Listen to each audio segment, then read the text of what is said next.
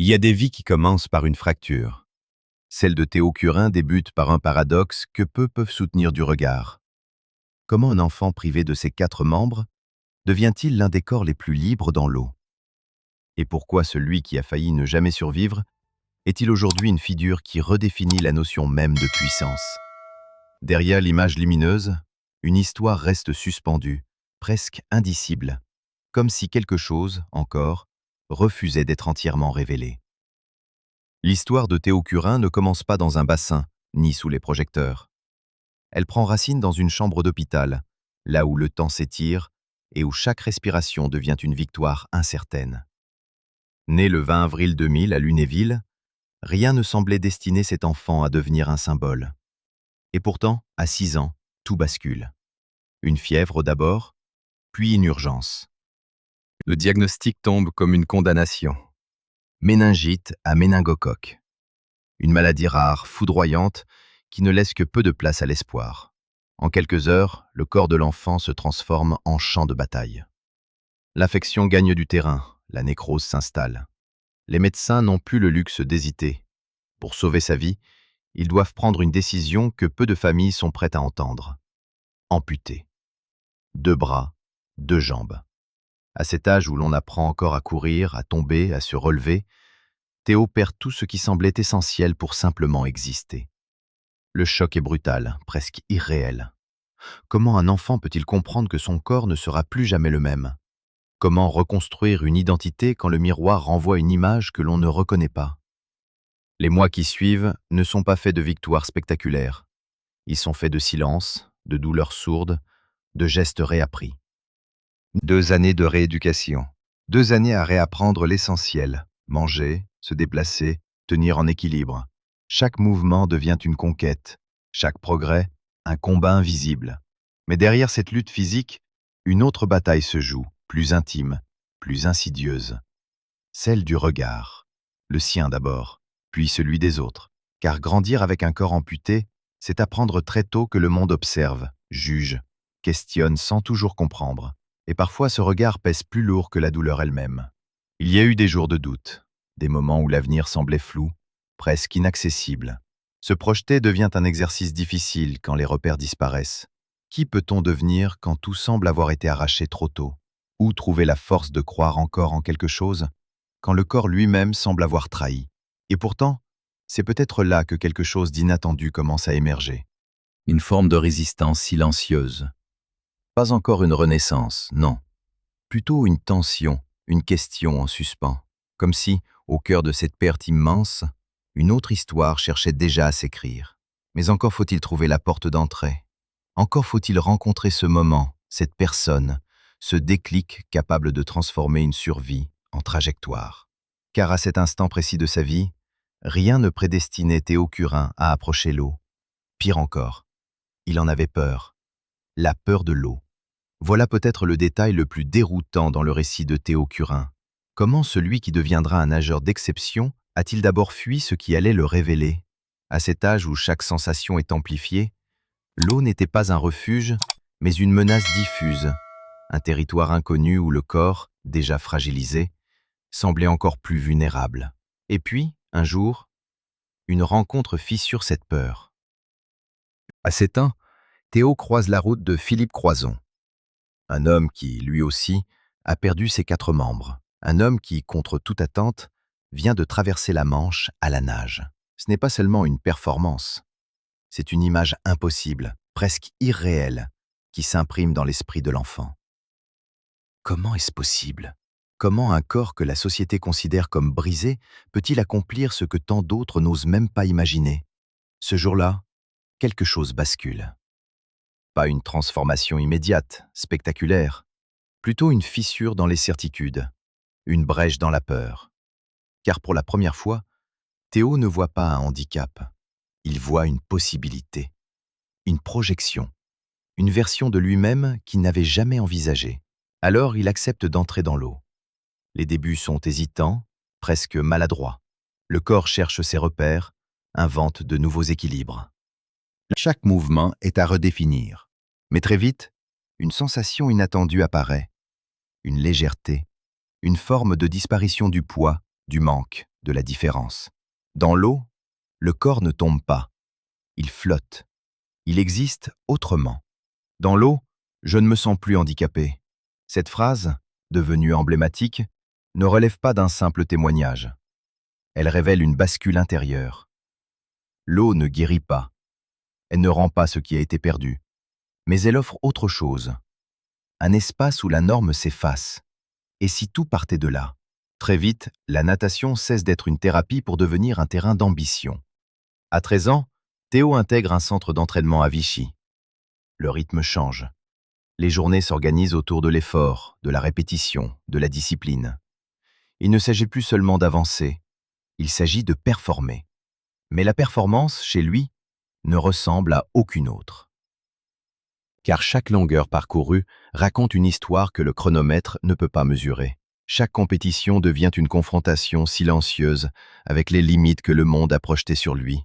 Peut-on vraiment rivaliser? Peut-on dépasser non seulement les autres, mais aussi les attentes réduites qu'on lui impose? Les réponses arrivent progressivement. En 2016, aux Jeux paralympiques de Rio de Janeiro, il termine au pied du podium sur 200 mètres nage libre, 4e. Une place frustrante pour certains, mais pour lui, c'est une déclaration. Il est là, et il ne compte pas repartir. L'année suivante, au championnat du monde à Mexico, il décroche 2 médailles d'argent, puis une médaille de bronze à Londres en 2019. Les résultats s'accumulent, les regards changent. Mais au fond, une question persiste. Est-ce vraiment dans les médailles que se joue l'essentiel?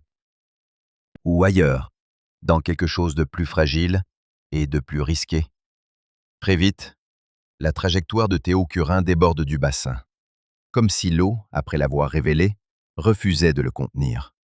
Il y a chez lui une énergie qui ne tient pas en une seule discipline, une manière d'habiter le monde qui appelle d'autres scènes, d'autres regards.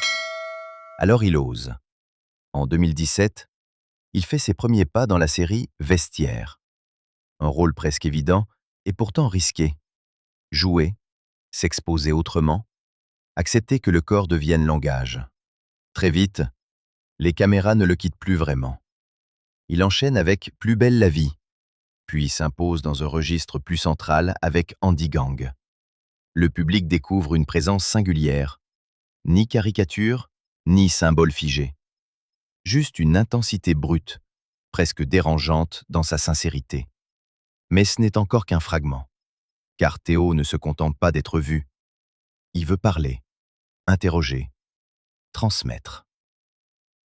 Dès 2019, il devient chroniqueur dans le magazine de la santé. Puis la radio s'ouvre à lui sur Virgin Radio. Sa voix circule, trouve un autre rythme, plus direct, plus intime aussi. Et comme si cela ne suffisait pas, il s'installe durablement dans le paysage télévisuel. Entre 2023 et 2024, il apparaît dans Aux Jeux citoyens avant de franchir une étape symbolique. En 2024, il devient le visage de Slam, un plateau quotidien, une exposition constante, une responsabilité.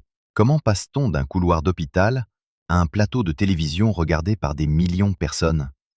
La question reste suspendue. Et pourtant, il y a encore un autre territoire où il choisit de s'aventurer. Plus inattendu, plus codifié aussi. Celui de l'image, du corps mis en scène selon des standards rigides. En 2019, il devient ambassadeur pour Biotherm, propriété du groupe L'Oréal. Puis collabore avec Lacoste pour une collection pensée différemment, où les vêtements s'adaptent au corps et non l'inverse. Ce n'est pas anodin, car dans un univers où la perfection est souvent uniforme, son corps devient manifeste. Il ne cherche pas à correspondre, il redéfinit les contours même de ce qui peut être montré, et peut-être plus encore, de ce qui peut être désiré, admiré, reconnu. Mais cette expansion a un prix. À mesure que les rôles s'accumulent, une tension apparaît. Peut-on être partout sans se perdre quelque part? Peut-on incarner autant de versions de soi sans fragiliser l'essentiel? Et surtout, que reste-t-il de l'athlète, celui qui a tout commencé dans le silence de l'eau, quand les projecteurs deviennent permanents? Car derrière cette ascension, une autre histoire, plus discrète, commence à se fissurer. Cette fissure ne se voit pas tout de suite. Elle ne fait pas de bruit. Elle s'installe lentement, presque à l'abri des regards, dans cet espace fragile où la vie publique rencontre l'intime. Car derrière la trajectoire ascendante de Théo Curin, Il y a aussi une histoire d'amour, discrète, longtemps tenue à distance des projecteurs. Pendant près de 3 ans, il partage sa vie avec Marie-Camille Fabas, une relation construite loin du tumulte médiatique, avec cette volonté presque rare de préserver quelque chose de simple, de vrai. Elle, brillante, passée par des études de droit à Toulouse avant de se réorienter vers la chirurgie dentaire, lui, de plus en plus exposé, happé par un rythme que peu de couples supportent sans en payer le prix. Au début, tout semble tenir. Il y a les déplacements, les plateaux, les entraînements, mais aussi les moments volés, les silences partagés, les équilibres que l'on ajuste sans cesse. Aimer quelqu'un dont la vie devient publique, c'est accepter une part d'absence. Mais jusqu'où? Les rumeurs, elles, n'attendent jamais. À mesure que Théo s'impose comme une figure médiatique incontournable, les spéculations s'intensifient. Certains parlent de mariage, d'autres imaginent déjà une nouvelle étape, presque écrite d'avance. Pourquoi cette fascination pour la suite?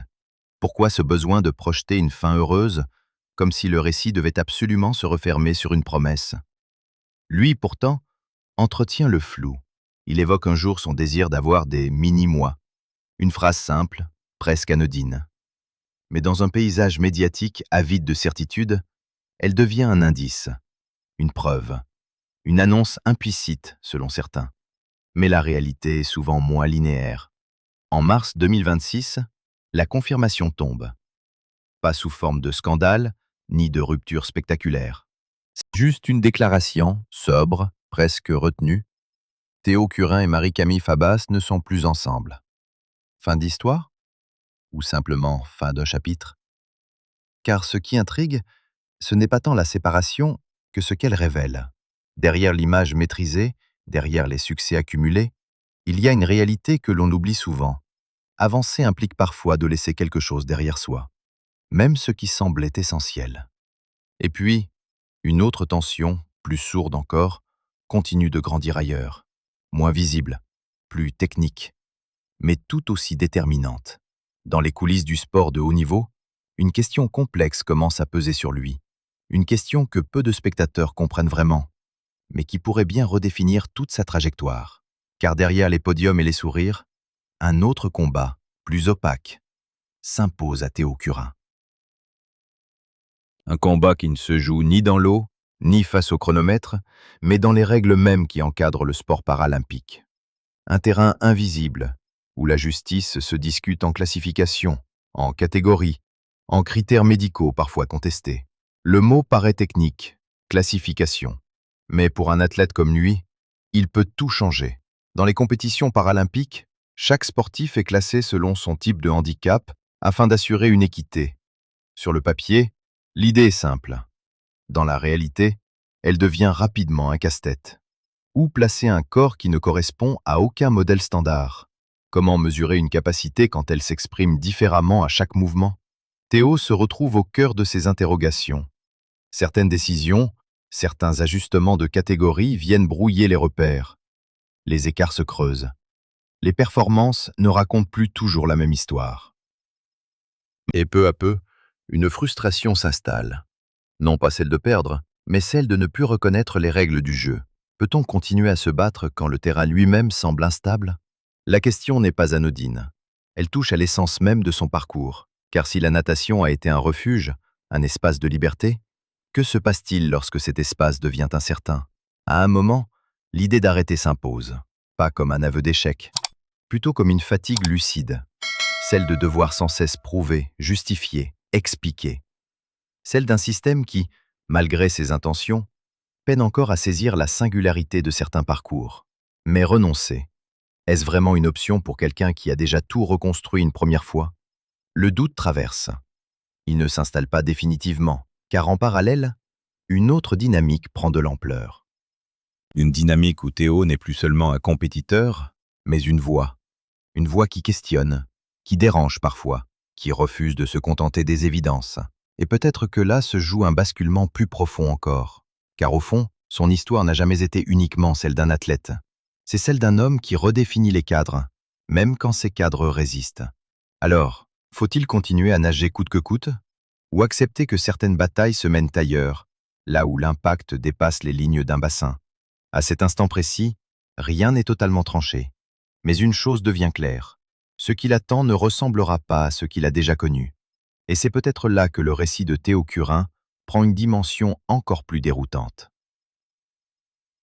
Car au moment où tout semblait vaciller, les règles du sport, les équilibres personnels, les projections médiatiques, il choisit de ne pas se réduire à une seule identité. Ni nageur, ni visage de télévision, ni symbole. Mais tout à la fois. Et plus encore. Il y a chez lui une manière singulière de refuser les cases, comme si chaque étiquette, une fois posée, devenait immédiatement trop étroite. Alors, il multiplie les terrains, non pas pour fuir, mais pour élargir. Il enseigne, intervient, transmet. Il parle de différence sans jamais en faire un argument facile. Il dérange les narrations trop propres, celles qui transforment les parcours atypiques en contes rassurants. Car son histoire ne rassure pas totalement. Elle questionne. Pourquoi a-t-on encore besoin de qualifier certains corps de « différents » pour mieux les accepter? Pourquoi le mot « inspiration » devient-il parfois une manière élégante de maintenir une distance? Et surtout, jusqu'où une société est-elle prête à revoir ses normes, réellement? Dans cet espace de tension, Théo avance. Il ne donne pas toujours les réponses attendues. Il préfère déplacer les lignes. Sur un plateau de slam, dans une chronique, ou face à une caméra, il impose une présence qui ne s'excuse pas. Une présence qui existe, simplement, sans chercher à être exemplaire. Et peut-être que c'est là, au fond, que réside la rupture la plus profonde. Non pas dans ce qu'il accomplit, mais dans la manière dont il refuse d'être résumé à ses accomplissements. Pendant ce temps, le public continue de projeter. On scrute sa vie, on imagine la suite, on relit des indices. Les rumeurs passées, mariage, projets familiaux, laissent des traces. Même après la séparation confirmée, une question persiste dans les esprits. Quelle sera la prochaine étape? Mais faut-il vraiment une suite écrite à l'avance? Lui évoque encore parfois ce désir d'avoir des enfants, des mini-moi, comme une idée suspendue, jamais totalement définie. Un futur possible, mais pas encore fixé. Comme si, après avoir déjà défié tant de certitudes, il refusait désormais de se laisser enfermer dans une narration prévisible. Alors que reste-t-il à raconter? Peut-être justement ce qui échappe, ce qui ne se voit pas immédiatement. Car toutes les trajectoires n'ont pas besoin d'un point final clair. Certaines avancent dans une forme d'ouverture, presque inconfortable, où chaque étape redéfinit la précédente. Et dans le cas de Théo Curin, cette ouverture ressemble moins à une conclusion qu'à un vertige. Rien n'est jamais totalement résolu. Avec Théo Curin, chaque réponse ouvre une autre question. Chaque certitude glisse vers une zone plus trouble. Il est devenu ce paradoxe vivant, un homme que l'on croit connaître parce qu'il est visible partout, et pourtant insaisissable dès qu'on tente de le résumer. Alors que reste-t-il, une fois les médailles rangées, les plateaux éteints, les rumeurs dissipées? Peut-être une trace plus discrète, mais plus durable, celle d'un regard qui a changé. Pas seulement sur lui, mais sur ce que signifie exister dans un corps imparfait, ou plutôt, dans un monde obsédé par la perfection. Son histoire n'offre pas de morale facile. Elle ne promet pas que tout devient possible. Elle montre autre chose, que certaines limites ne disparaissent pas, mais peuvent être déplacées, que la fragilité peut coexister avec une forme de puissance, et que la liberté, parfois, commence là où tout semblait s'arrêter. On pourrait croire que tout a été dit, mais ce serait ignorer l'essentiel, car au fond, la question n'a jamais été de savoir comment Théo Curin a survécu, ni même comment il a réussi. La vraie question est ailleurs, plus inconfortable, presque silencieuse. Sommes-nous prêts à regarder son histoire sans chercher à la simplifier?